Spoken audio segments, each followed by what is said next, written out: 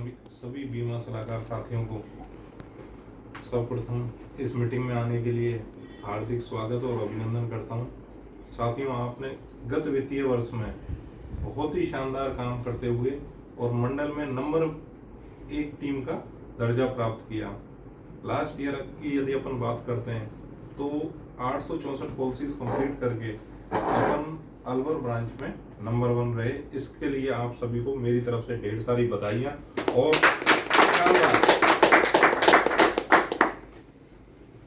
जिसमें सर्वप्रथम अंकित जी, सुनीता कुमारी सैनी जी के नाम पे एजेंसी है, इनके द्वारा ब्रांच में नंबर 1 शतकवीर बने और शतकवीर बनने के साथ साथ इन्होंने टेक्नोलॉजी को अपनाते हुए आनंदा में शतकवीर बनने का भी गौरव प्राप्त किया। अलवर शाखा में ये पहले अभिनेता थे जिनके द्वारा आनंदा में भी शतकवीर बने।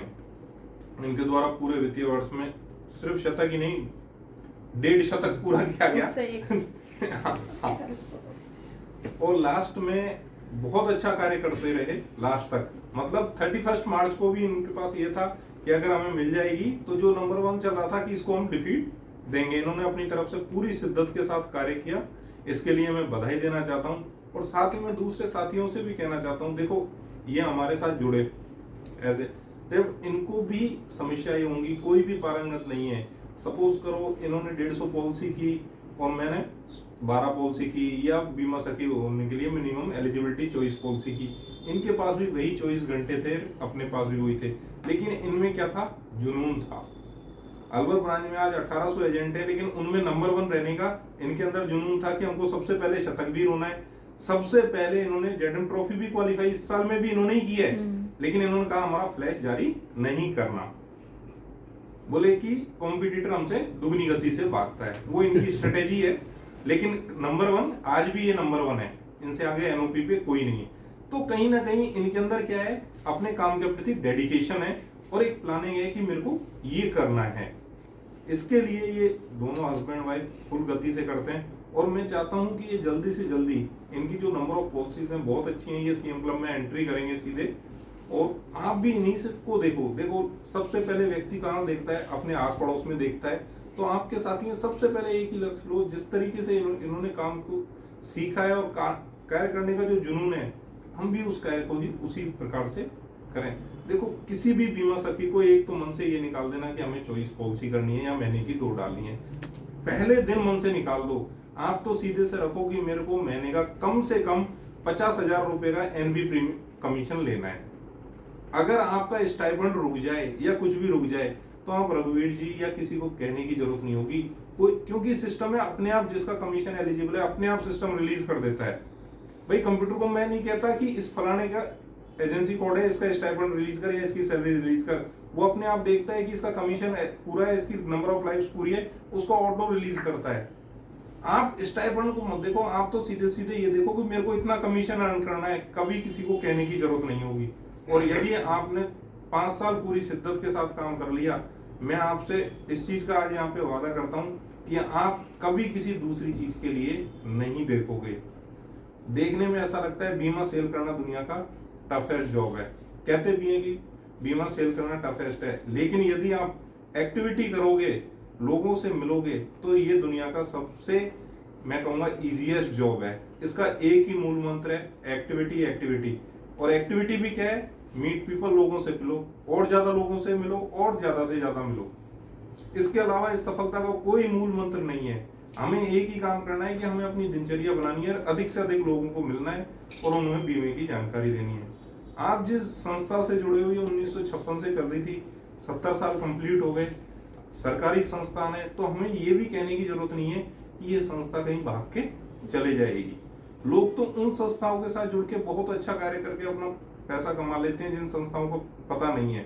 आज हमारी ब्रांच में बहुसंख्यक ऐसे अभिकर्ता हैं जिन्होंने आदर्श में, सहारा में काम किया था, और जब उनको अपने जीविकोपार्जन में समस्या का सामना हुआ तब वो LIC से जुड़े। अब वो ये महसूस करते हैं कि हमारी गलती थी, अगर हम इसको 2006-07 में ही जुड़ जाते तो आज हम दूसरी जगह होते। जो आज हम फील्ड में जाते हैं, लोगों को जवाब नहीं दे पाते, उनको हम बखूबी अच्छे से दे पाते।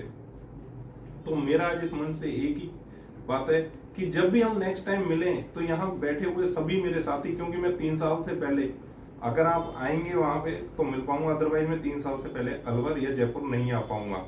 इसके पश्चात 3 साल में क्लब मेंबरशिप की एलिजिबिलिटी पूरी हो जाती है, तो प्रत्येक साथी उस समय क्लब मेंबर होना चाहिए।